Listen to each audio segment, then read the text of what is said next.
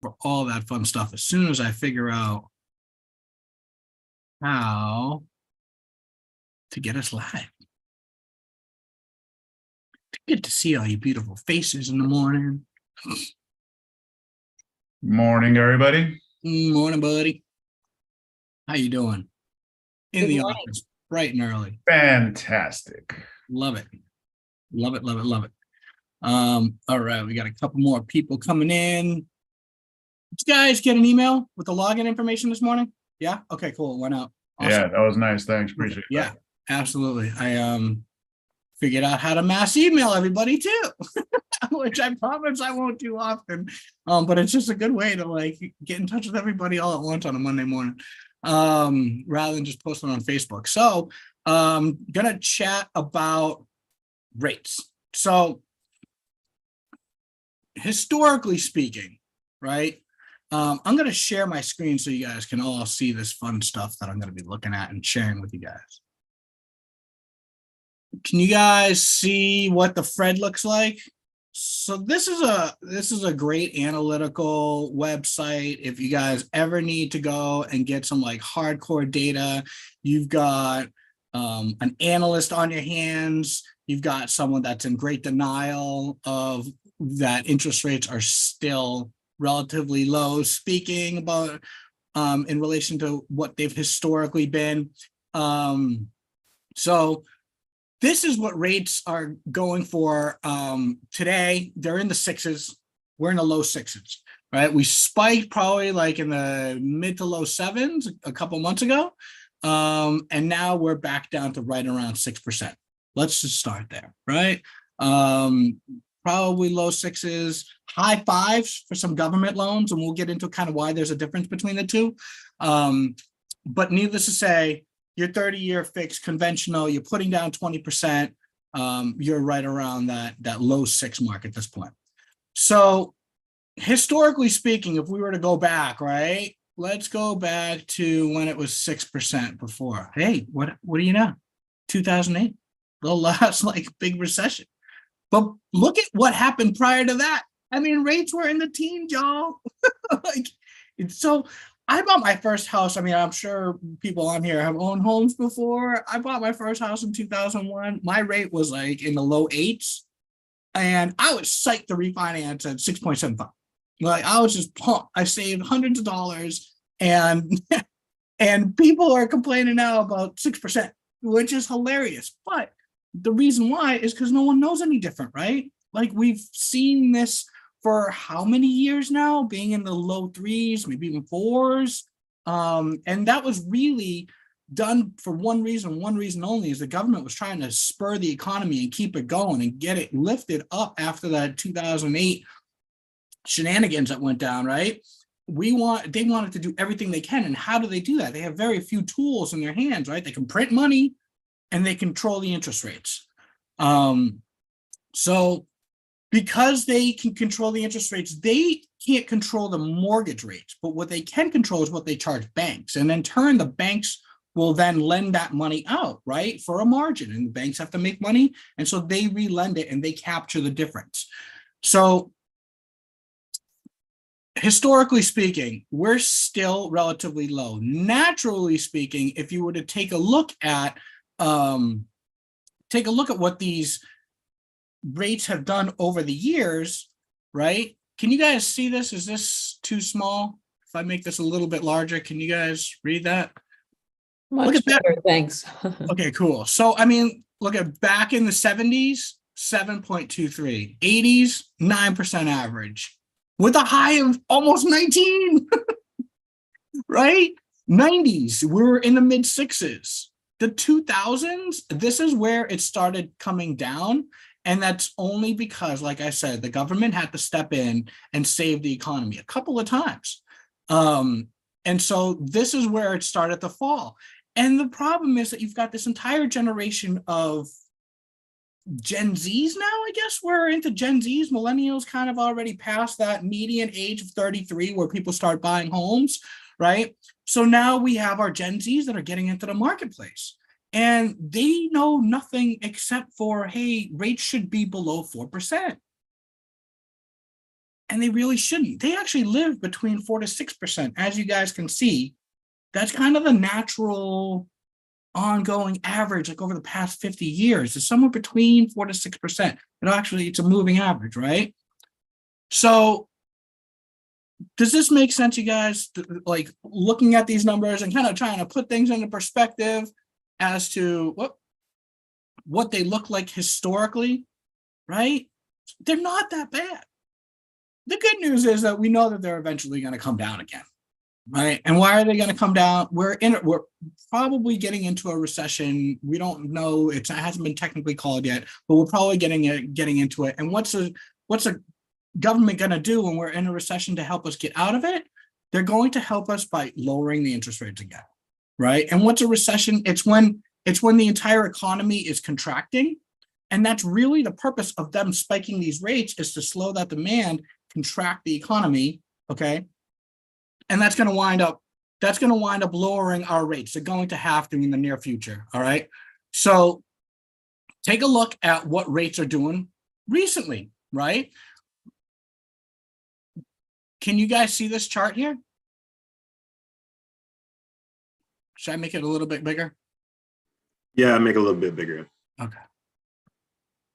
I'm just waiting for this to.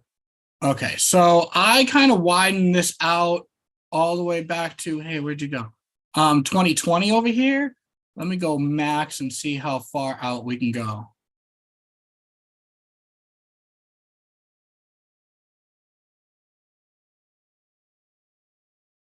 So back here, look at, we're at 2018, right? So let's talk about kind of like what are we looking at? What does this chart even mean, right? So interest rates, these are bonds, right, for 30-year mortgages. So what drives the price of these bonds is people buying and selling, okay, all these bonds. So they're loosely attached to 10-year treasury securities. 10-year treasuries is the instrument that the government puts out to borrow money, okay? The more that people buy and sell these, when people buy a lot of things, what happens to the price? A lot of people buying stuff. What happened in the past, like 2-3 years to housing prices? Because a lot of people were buying stuff. What happened to the housing prices? They went up, right? So what happens when a lot of people start selling stuff? It's going to come down, right? So over the past few years, people have been buying and buying and buying more and more interest rates, right? So the prices have been going up. And so now they've been buying the mortgage-backed securities, right? And so what's been happening is that those interest rates have been coming down. And who are those people? It's the government. The government stepped in to help facilitate these low interest rates, and they've been buying mortgage-backed securities. They've been buying their own debt, right? Well, recently they stopped doing that. And that's what's causing this spike to hop in, right? That's what's causing these rates to go up. So does this make sense to you guys? Am I going kind of too deep on this? So far, so good. So let's take a look at 10-year treasuries. What are 10-year treasuries doing? Because this is going to determine in what direction we're heading in, right? So over the past couple of years, these 10-year treasuries, they've been next to nothing. So who's going to want to buy these debts? No one outside of the United States is going to want to buy debt that's paying no interest, right? How's the bank going to make money? How's an investor going to make money if they're not getting interest? And so what's happened is that nobody was buying these. So the Fed stepped in and started buying them. And they were buying them and buying them and buying them in bulk. And they were buying them. And so what happened was that it kept these rates down, okay? So now we're looking at interest rates. Before we were looking at pricing. So what happened when all of these, when they stepped out and they stopped buying them and they started raising interest rates, all of a sudden these rates started going up because we lost a huge buyer, the biggest buyer in the pool of everybody that's out there investing, the countries, the banks, and everybody that's buying the debts, they stopped buying them, right? And so what happened is that they started raising rates and now they become more attractive and now they're getting more and more buyers back into the marketplace. And so now we have rates that are back up near the 4% range. And there's always going to be some sort of margin between what a bank can borrow that money at and what they can lend it at. So that's why and that's normally about 2%. Normally it's about a 2% difference from what you see from the Fed 10-year treasury to what they're selling it for in an open market. All right. So what goes into determining an interest rate, you guys? You know, we get phone calls all the time like, hey, Ed, what's the rates today? Hey, Matt, can you tell me what the rate is today? Well, we would love to tell you what the rate is today, except that the only issue is that you have all of these different variables that go into determining what's an interest rate. All right. So when we look at what an interest rate is, we look at the type of loan that it is. Is it a purchase? Is it a cash out refinance? Is it just a regular straight up refinance, right? We look at the loan amount, we look at the purchase price. If it's a refinance, we look at the value of the home, right? Not just the price, right? So we look at the value of the home. That creates what's called a loan to value. Okay. So the loan amount divided by the value of the home. So in this particular case, I just put 20% down for the sake of calculations. All right. So we need to know what the loan to value is. We need to know if the borrower is paying mortgage insurance, right? That's going to impact it. If it's less than 20%, you guys, that's when the borrower has to pay mortgage insurance. If it's greater than 20% down payment, that's when they don't, right? There's different ways of paying mortgage insurance. That's a whole separate class. We're not going to get into that, but just know 20%, all that means is that there's no mortgage insurance. It doesn't mean that's how much money you need to put down. 3% is the minimum down payment. And that's with a conventional loan. A lot of people think of FHA loans or first-time home buyer loans, 3.5%. Conventional, you can put 3%, it's even less. So we're taking a look at the type of property it is. We're taking a look at if they have escrows. We're taking a look at, are we going DU or LP, which means do we going to give it to Fannie Mae or Freddie Mac? We're a direct lender. So they give us a line of credit. We lend that money out. They refill the credit, right? So they're the biggest buyers of loans. And who owns them? The government. The government took over that in 2009, and they haven't let go because they make so much money, and the government's still holding on to it. Depending on where it is in the country will determine rates as well. That will impact the rates as well. What type of property is it? Is it a condo? Is it a standalone home? Is it a multifamily? Is it a primary residence? Is it a second home? Is it an investment property? How many units are there? Are there co-borrowers? Non-occupant co-borrowers? What are the FICO scores? What's the debt to income ratio? Are they first-time home buyers? Are there multiple applicants? Do they need to take a look at different scores? So then we get our pricing. I click on the little pricing button and I get on the price. But all this needs to be input before I can get a price. Otherwise, I'm just guessing what it is, okay? And I'm going to give you an average. You know what Steven says? What does he say? If you ask a general question, you're going to get a general answer, right? You want a specific answer, and you got to give me a specific type of question. So over here, take a look. You can see, can you guys see the 4.5% interest rate over here? I can get 4.5. It's going to cost you money, but I can get 4.5. If you want to pay $40,000 towards the interest rate, we can get 4.5 still. I don't know why you ever want to do that, because you're never going to break even on that 4.5. But every single rate has a cost associated to it. Okay. So as a manager, I'm allowed to contribute 0.5% towards someone's closing costs. Okay.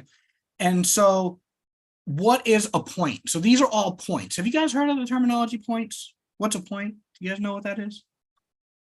Yeah. So 1 point equals 1% of however much they're borrowing. Okay.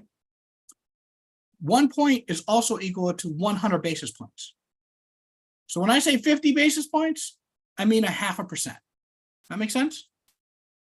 Okay. So you can see here that I can get 6.5% for this borrower.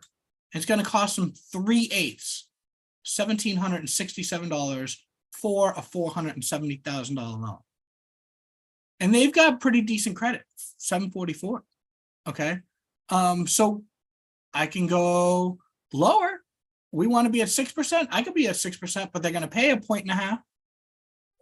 So that's why we were talking about like temporary buy downs. Remember how we kind of like had a class on that like a last month or so? It was like a 2-1 buy down. We could do a 3-2-1. We could do a 1-0. So this is a permanent buy down.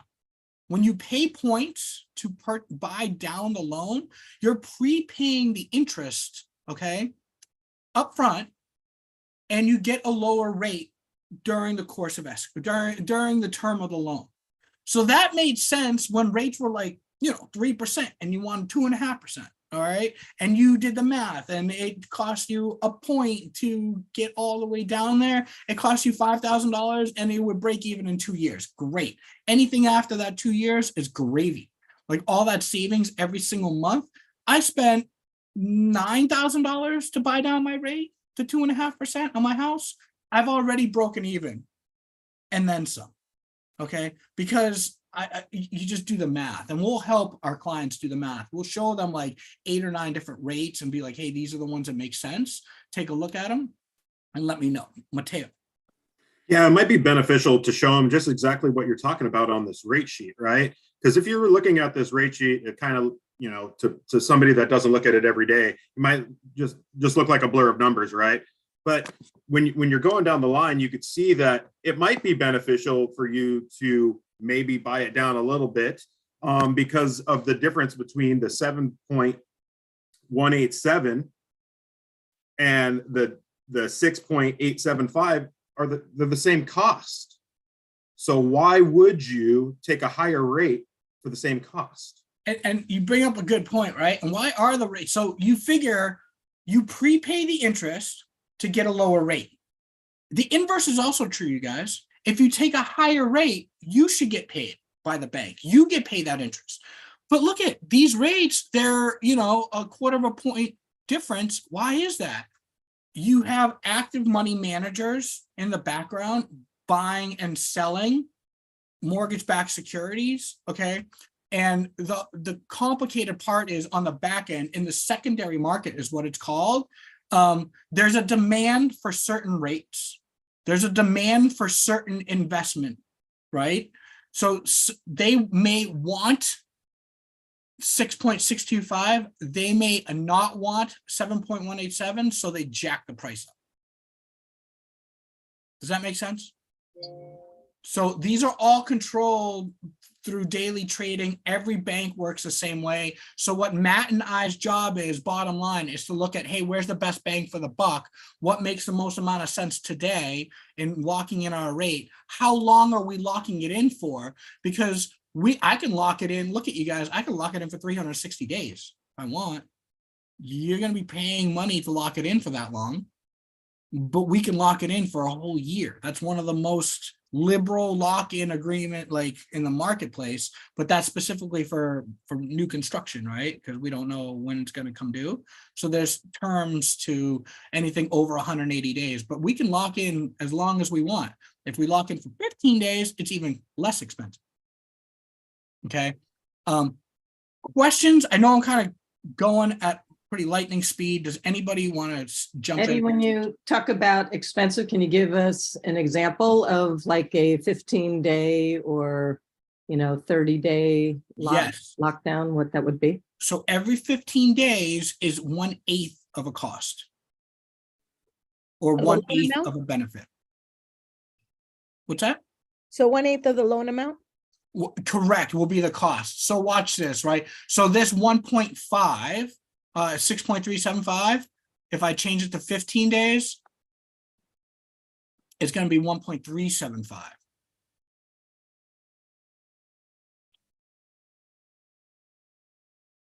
$1.375. And then I can contribute 0.5%. That brings you down to 0.875. So a little bit, smidge less than a point. So, and then you look at these are what's called pricing adjustments, you guys. I know we're going to dive deep, but I want to teach you about how these rates work so you guys have a good understanding, right? So these are what's called pricing adjustment. And what's a pricing adjustment? So Fannie Mae just came out with this new matrix last week. And I read through it and I wrote an entire email out to everybody in our region, like, hey, heads up, this is coming down the pipeline. And this is coming in after May 1st. So what did they do? A couple of things. So when you look at this, remember how I told you that depending on what type of loan it is, depending on what kind of credit you have, and depending on how much money you're putting down, that loan to value will impact your rate, right? Well, this is how it impacts it. So this cost that you see right here, there's always going to be a par rate, right? Here's par. 7% is par, right? There's no cost at 7%. But what goes into, I mean, you can even go as far as 699, right? But what goes into determining that? Well, this particular person, it's greater than a 15-year mortgage, and based off of their credit scores, there's an adjustment, okay? So we're going to go over to 740, 80%. They're hitting them even higher now. They're going to be adjusting that even higher. So it used to be, this is what it is now, 0.5%. This is what it's going to be after May 1st. They've already announced this.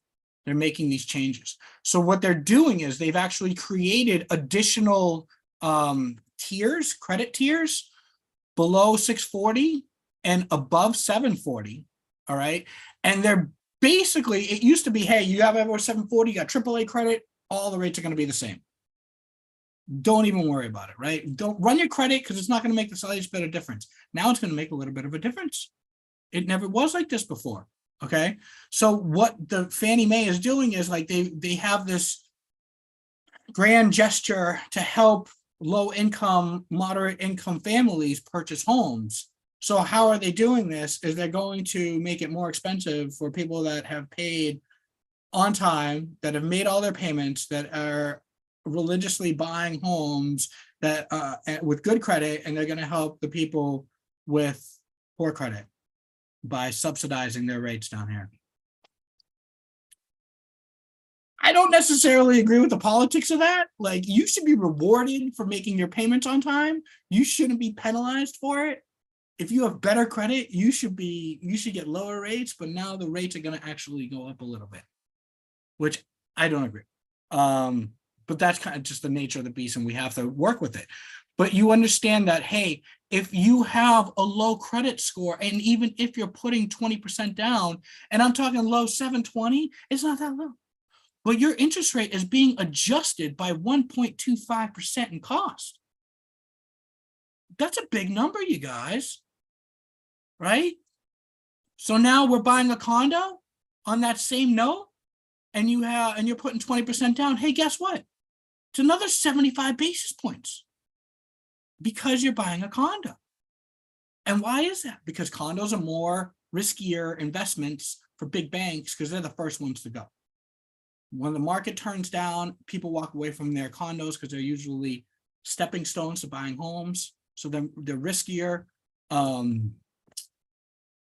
if a client has steering credit, a sterling credit, when they get a number from a credit, yep, it doesn't matter what my FICO says. My FICO is totally separate than what a mortgage bank is going to pull, than what a credit agency is going to pull. That's a whole credit class. We'll do that some other time. But yeah, it's at this point, people are going to be getting even more and more surprised in summertime. 2 to 4 family house, you have adjustments to the rates.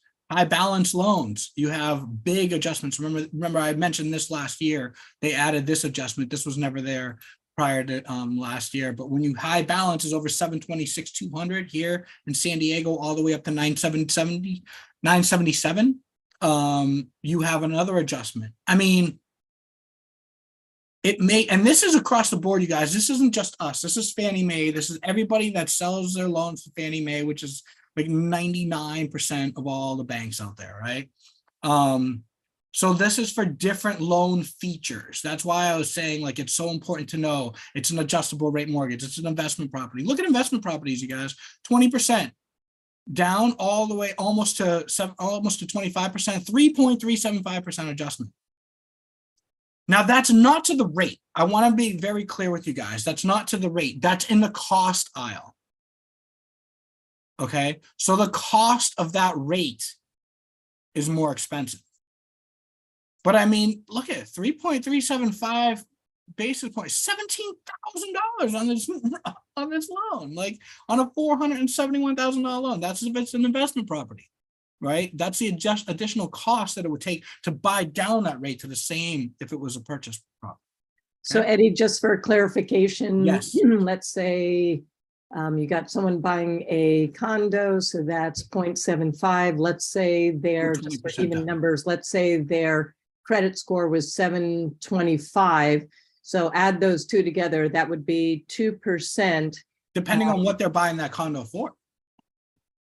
Right. Well, let's say they're buying a condo to live in. So, Okay. so you're saying it's not like if, let's say it was 6.5% interest rate, it's not going to be now 8.5%. You're saying that that 2%, the 1.25 and the 0.75 would be only incurred if they were to want to buy it down. Correct. Okay. So that rate is now going to cost 2 points higher. To cost you more on like a monthly mortgage payment, or cost you more if 2 you points. were to buy it down? It would cost you more to buy it down. Okay, Same rate, higher cost okay, associated to that rate. So every rate, let me bring that back up. Every rate is this first column here, okay, has a cost associated to it right here. okay. These big dollar amounts, those are costs. These are the points, the credit or the cost, right? So And you then- could go to any one of those rates and say, okay, maybe I want the 5.0, and then you're like, okay, in order to get a 5. So it doesn't seem like that could be irregardless of what the current rate is. So if does it matter if the current rate was 6.0 and you want to get it to 5.0, it's still going to be that 25,000 or whatever, as Correct. opposed to if it were, 7.0, to get it down to the 5%, would still be 25,000. This is the exact dollar amount for each rate. Correct. Okay, regardless of the starting point. There actually is no starting point. There's always a par rate, Okay, and then there's lower than par and higher than. okay, So there's no real starting point. There's just different rates. My starting point, if you were to ask me, is 4.5, and my ending point is 8.125. mhm, No, I would never let somebody get into this. mhm. There's just no reason. Unless they needed help with like closing costs. That's the only time where you want to take a credit on something. So in this market, the information you're going over about Fannie Mae and how they're changing that Mhm. come May 1st is because, like, if we've got a buyer and we're asking the seller, because they're doing more of that for a concession, like to buy Right. down a rate, that would be tacked on to this column here that you said is the cost of the rate. So the cost of these particular rates right now are going to change, but it's a separate line item on, like, when you're closing costs, you have points, right? Right. It's a separate line item. So the good thing is points is just prepaid interest. So it is tax deductible, you guys. So whatever you pay up front, but we all know that rates are going to come down. So that everybody's been saying, and what goes up must come down. And it's been coming down. We were in the low to mid 7s and we're down to the low to mid 6s at this point, right? So the fact remains is that these are going to get refinanced. But probably, if not by the end of the year, probably sometime next year. And it just doesn't make sense for someone to pay this prepaid interest, because what happens is when you do the math, right? Take a look at, let's just look at 7%. Okay, say it just cost them a quarter, right? At 7%. And they wanted to get down to 6.75. Here it costs them a whole point. So it's 3/4 of a point. It's going to cost them $3,500. Now, to figure out whether it makes sense to do it, you take a look at the math. This is a monthly payment at $30.56. Okay.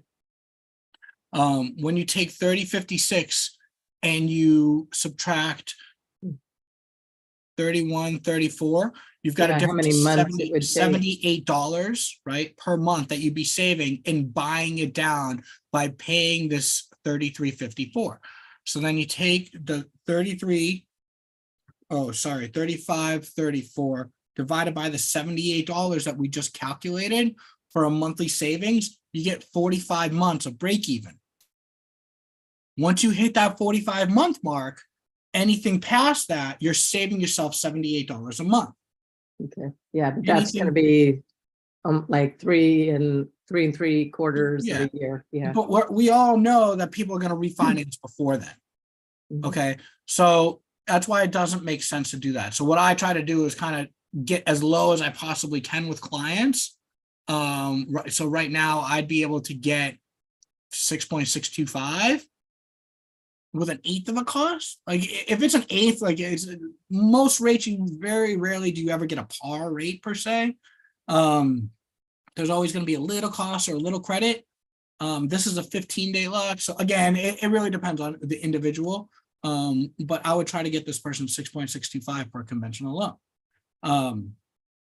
So that being said, right? Let's talk about any more questions. That's a great point, Lynn. I'm really glad you brought that up. Did I answer your question before I move on? Yes, thank you. Yeah. Okay, all that makes sense. So there's costs there for every single rate. There's tons of rates out there. It depends which one you want, which one makes sense. And there's a cost benefit to buying these down. And these are all math problems that we all have to go through to figure out, and calculations that we do for our clients to help figure out like what makes the most amount of sense for them. All right. So that being said, this is a conventional loan, right? Well, let's talk about FHA and VA loans for a second. So for those of you that have attended a Mortgage 101 class, you will probably remember that FHA and VA loans both have upfront funding fees, right? The VA has a funding fee, they call it a funding fee. The FHA has mortgage insurance, they call it upfront mortgage insurance, but essentially it's the same thing. They collect money from the client as part of closing, and it's all financed, okay? And that money goes into a pool, a huge bank account that will step in and pay the lender in case they default on their loan. So FHA, you guys, stands for Federal Housing Authority. It does not, Federal Housing Administration does not stand for first-time home buyer. The VA loans, again, they're both government loans. So if you hear us say like, hey, is this a government loan? Is this a govy? Like that's what we're talking about. It's either conventional govies or jumbos. This is a government loan. So FHA loans are insured by the government because they're collecting that money. So if someone defaults, the government steps in and pays that lender. VA loans, they collect a funding fee. It varies if it's the first time you're buying, if it's the second time you're buying. If you're putting money down, 5 and 10% have breakpoints as to how much you're collecting. But the minimum that they collect if you don't put anything down is 2.3% for first-time home buyers. Okay. So, and FHA is 1.75%. They tack that on to the loan amount up front.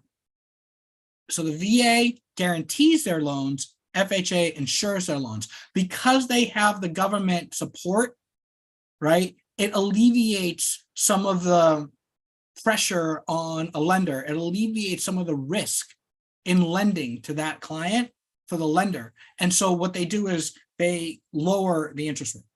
Okay. So government loans are going to be anywhere from 1/4 to 0.5% less than a conventional loan, right?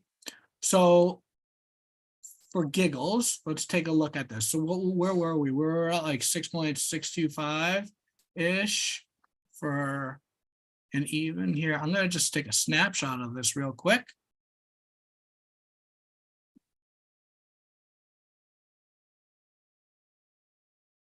Maybe I won't. I'm just kidding.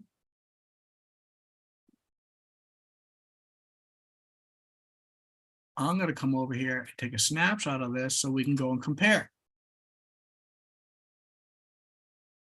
Now let's take a look and see, can I change this from a conventional? I can't change this, can I?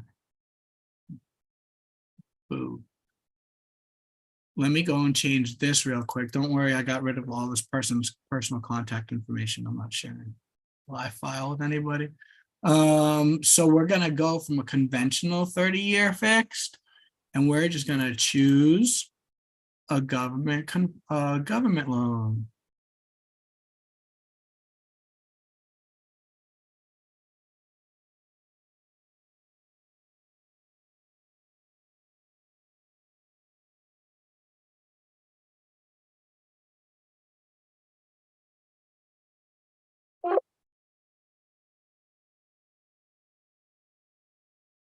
Oh, give me some love today. Polly. Boom.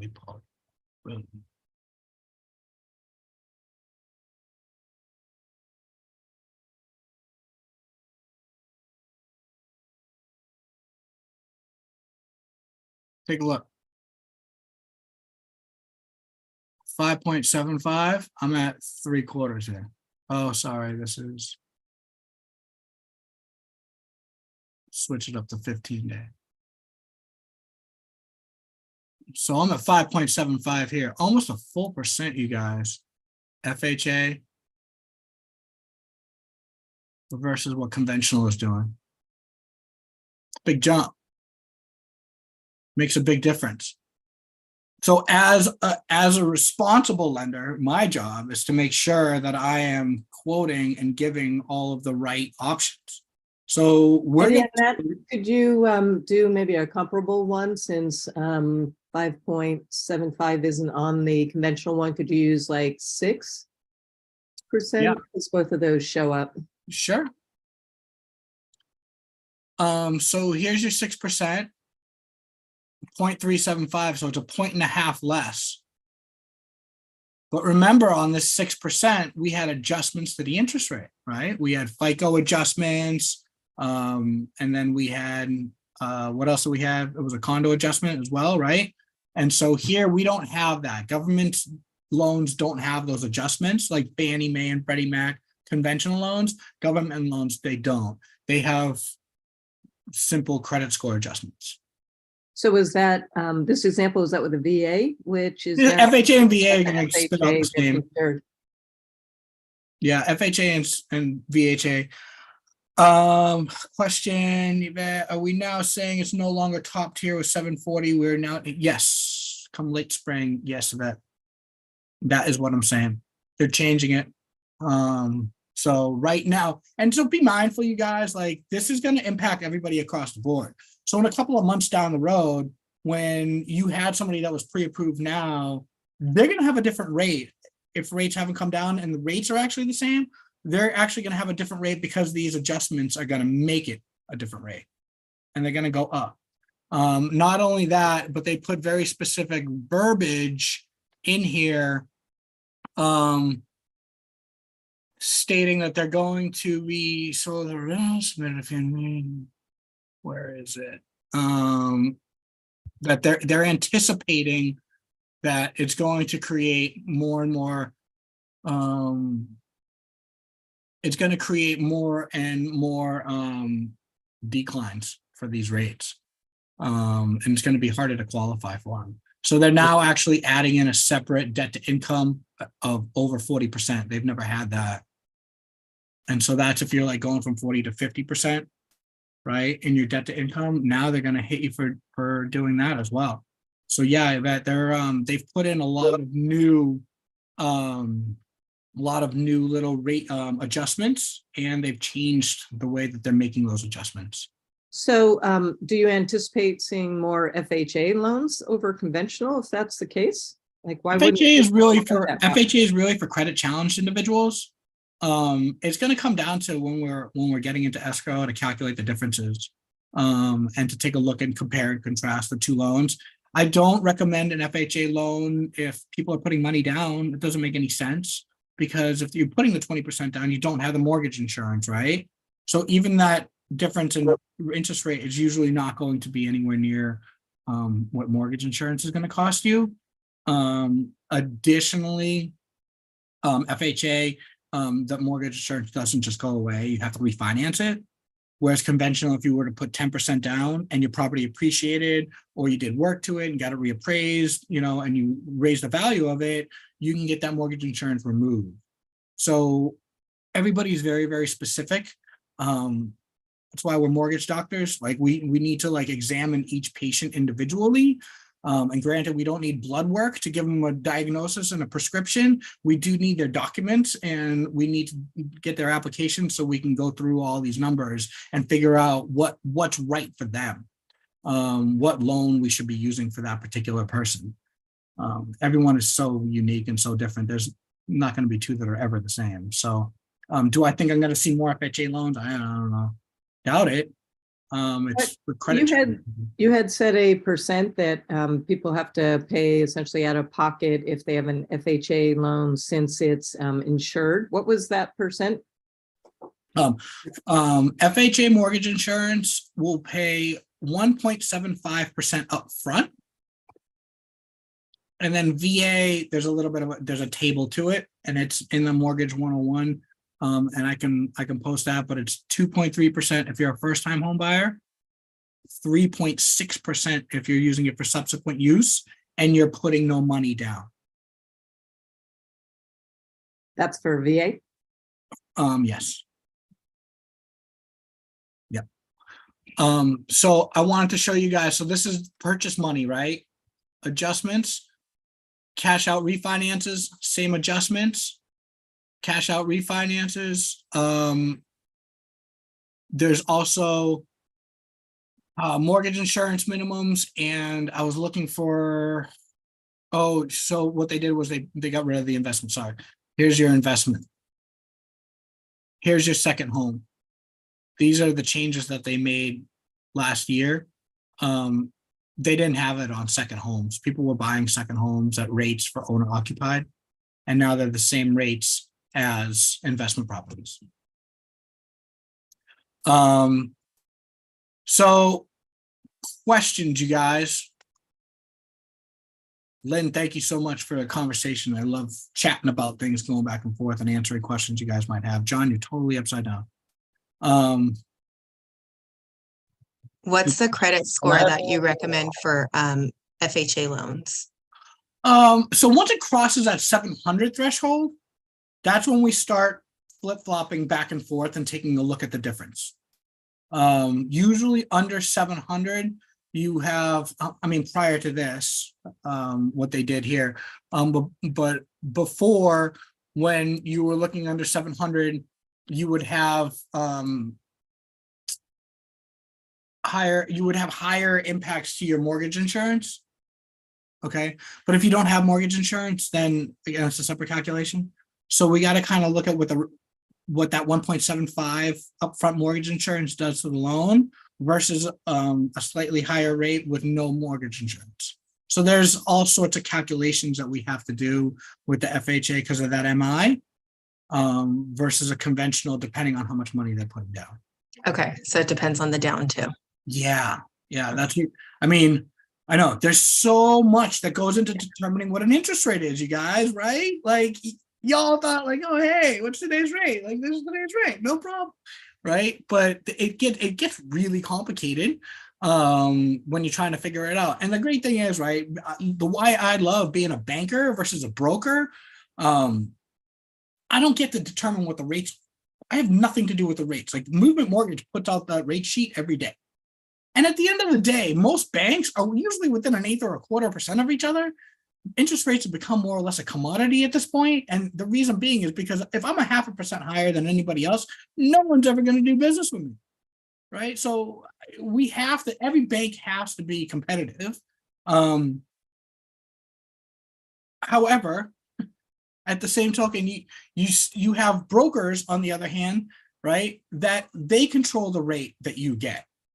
They get a bunch of different bank sheets from different banks, and they say which bank is going to pay me the most.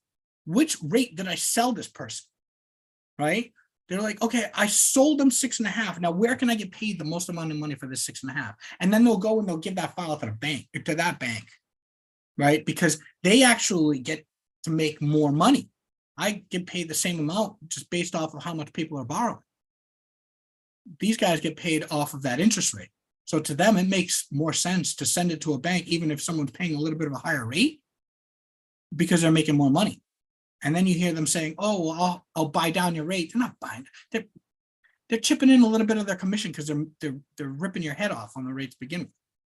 So I don't like playing that game.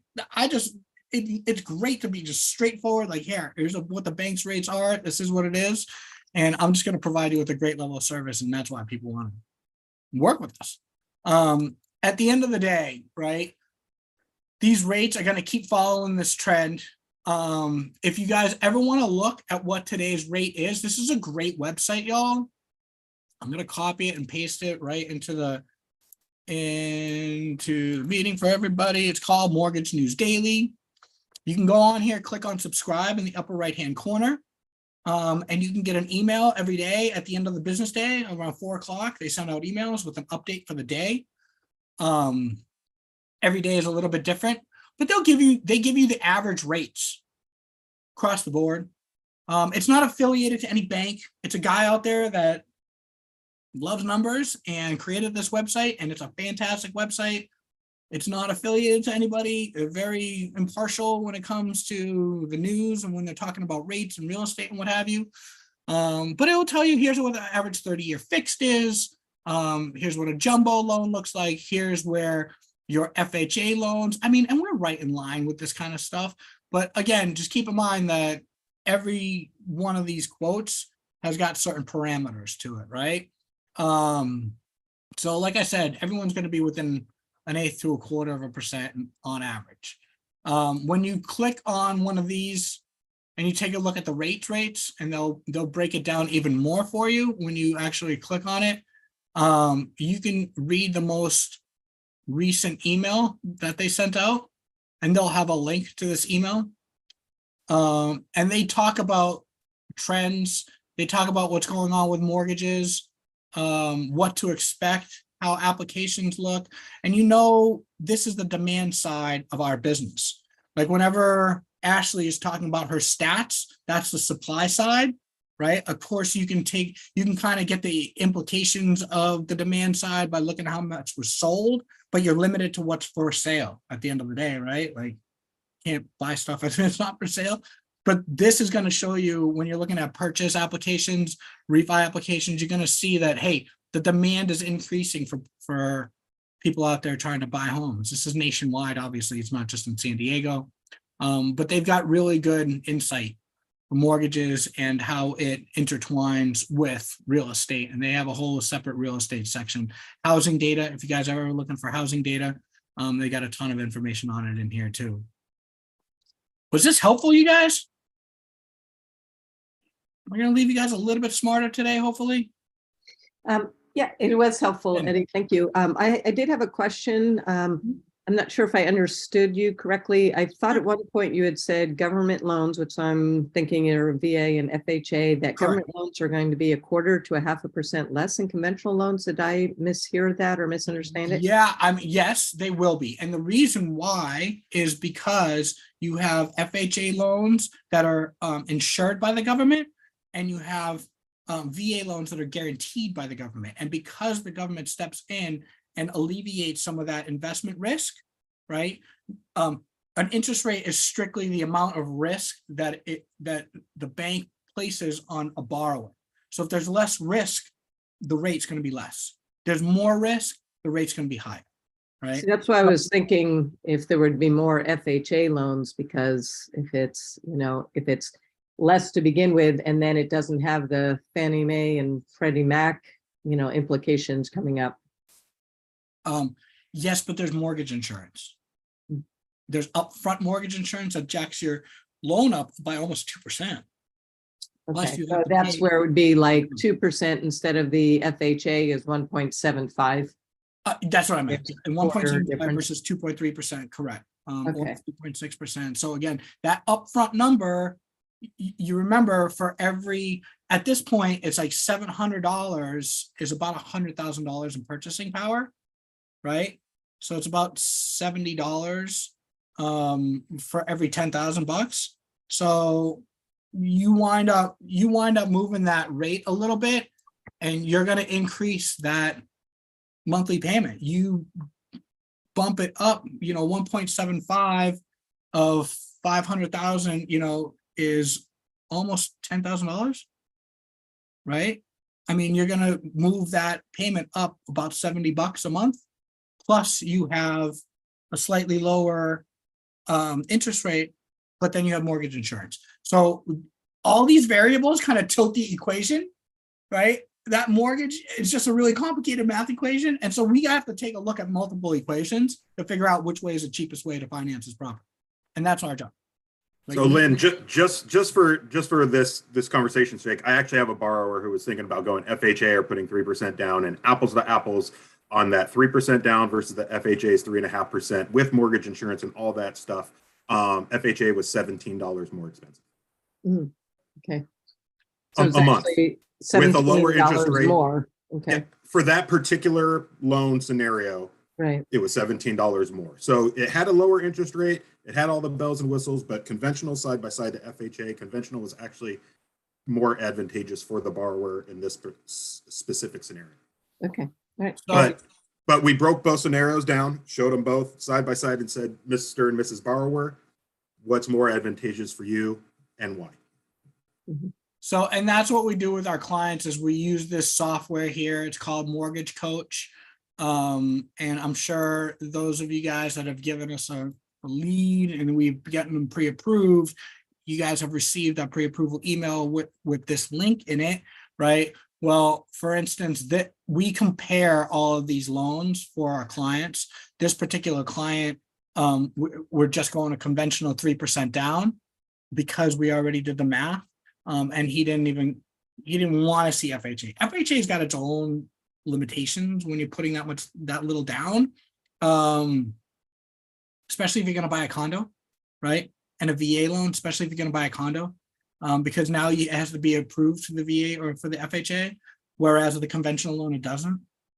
And so it gives you more flexibility. So it really all depends, like every single person is so individual, and we have to calculate these numbers out. And then we sit down with the borrower and we go through line by line. Hey, this is what your purchase price, this is what your loan amount is, this is what the interest rate is, this is why you have that rate, this is how much you're going to have to come up with the money to close a rate, to close a loan. Here's your monthly savings from, buying a 415 versus a 500. And then we'll break it down even further and show them what principal and interest and tax and insurance and HOA fees look like. And then closing costs, we'll dive into that and show them what fee details, and we'll kind of get into, hey, these are about what the fees are going to look like. We're within a couple of $1,000. We don't know what it's going to be, their estimates, but at least we're giving people ideas so that they know what their approximate numbers look like, and not just, hey, you're pre-approved for $700,000 here, go have fun, go shopping. And then they get into escrow and they're like, wait, $700,000 is how much? Oh, I can't afford that. And then you have someone bailing out of escrow. That happened a lot when rates spiked up real quick, right? Because nobody was like, oh my God, like I was just approved for 3% and they're 6%. I can't afford so much more. So they have to do all that recalculation, right? That's all me and Matt are doing. Following up with people and calculating numbers every day, all day long. So does that explain it to you? It's kind of one of those things where every single one we have to calculate multiple loans for them and figure out which one makes most amount of sense. Yeah, and with these future loan level pricing adjustments in mind, you're going to see the ripple effect, right? With the higher interest rate, now that's going to bump up your payment. What does that do to your debt to income? Did you have somebody on the threshold of debt to income? Now they're going to raise, debt to income qualifications. Does that create a problem with payment? So it's going to create a ripple effect. Just make sure you're circling back around if you've got somebody pre-approved. That's all. Yeah, we want to keep them actively engaged and make sure, especially going into the summer months, that you guys are aware that this is happening. And when we have people approaching those summer months, it's gonna kick in at some point. And every bank will institute it at their own time. That's why they give us a little bit of a heads up. Question, when you talk about refinancing, how often would like I know rates are supposedly supposed to be going down. how often would people refinance, and doesn't like refinancing cost money every time they do it? Yeah, great question. So refinancing is usually between $3,000 to $4,000 for a conventional or jumbo loan. VA loans, we don't charge anything for our veteran clients to do their loans for them. So it's a lot less expensive for a VA loan to do that, typically between 1% to 2%. But FHA, conventional and jumbo is gonna land within the 3,000 to 4,000 range. It's a little bit less. Did I say 1% to 2%? I'm sorry, I was thinking about a purchase. For VA loans, going to be a little bit less because we don't charge them fees. So it'll be like probably closer to $2,000 to $2,500 for a VA. And that's all financed. You don't have to go and write a check or anything like that. It's just Right. added to your Banks will your just loan. add it to the That's balance. added onto the loan? Yeah, it becomes your new Nobody loan. wants to pay more fees. No. Okay. Well, and with refis, how much you pay is predicated on what month you close as well, because they got to recoup new impounds and reestablish new impounds for your taxes and insurance. Okay. But you get that money back too from the current impound account. Anyways, that's a whole nother story. Going into refinances and like the technicalities behind it. But yes. Next Monday. Yeah, next Monday. But hopefully I got you guys a little bit more in the know with interest rates, the intricacies, what to expect down the road, and where we're at today in relation to where we've been, because it's not as bad as everybody makes it out to be, and they will get better. We just need to keep having these conversations with our clients that, hey, the sooner that you start own a home, put that in your portfolio, and you own it, the more you're going to wind up saving down the road, and the quicker you're going to pay it off. Refinance, get lower payments.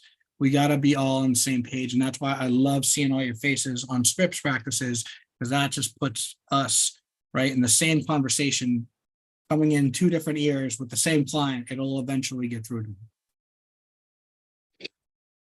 I've been receiving 3 types of questions this weekend. Yeah. Is the market going to crash? How are the interest rates? And how much do I need to put down in order to have this house? Yeah, great questions. I would straight up just tell people, hey, the market has normalized. Finally, you don't have people overbidding properties by $50,000 to $100,000 to $300,000. Right? People are getting at, near, or around that asking price, sometimes even a little bit less. I would throw those statistics out. That's why it's so important to attend Ashley's meetings, because she gives you those numbers. So it was what, 96.5%, I think, is what the list to sales price ratio is in San Diego. Lawrence, correct me if I'm wrong. It was right around that 96, 97% list to sales price. Yeah, right around there. Things are normalizing, right? You're not buying that house and throwing all this money at it. Rates have normalized. They went up and now they're finally coming back down and leveling off in the low 6s and high 5s. It's a very natural place for them to live. Rates historically have been averaging between 4% to 6% over the past 50 years. We're right back into that average right now. And then as far as purchasing a home, you do not need 20%. 3% is a minimum down payment that you would need to buy something. Thank you very much, guys. Does that help? Super helpful. Yeah. Love I you. mean, I would not be saying anything else, but things have finally normalized, finally starting to plateau. I know. I mean, look, we got this like tiny little window for a buyer's market. Like, sellers are giving credits. Like, It's really a great time to be a buyer right now. It really is. On listing side, we're having to do a lot of stuff, a lot of concessions, a lot of all that stuff. But buyers are getting some good stuff right now, along with the interest rates. It's that sweet spot where you get best of both worlds. you got this little window of opportunity now to pounce, and those that take advantage of it are going to be much better off in a couple of years when they do go to refinance, because you're going to see property values keep going up, because we have 1,600 properties for sale in San Diego County for 3.5 million people. And I hate to break it to you, but these 3.5 million people are not all leaving and selling the house all at once. So that's what drives prices, right? So things have finally slowed down. They finally normalized. It's a good place to be, especially for a buyer. Cool, you guys. We hit the 1 hour mark. I thank you so much for your time on a Monday morning. And please, please, please don't ever hesitate to reach out to either one of us if you guys need some help. We're here for We're always here. Give us a shout. Thanks, Matt. Thanks, Eddie. Appreciate you Yeah, guys. you bet, you guys. Have a great week, y'all.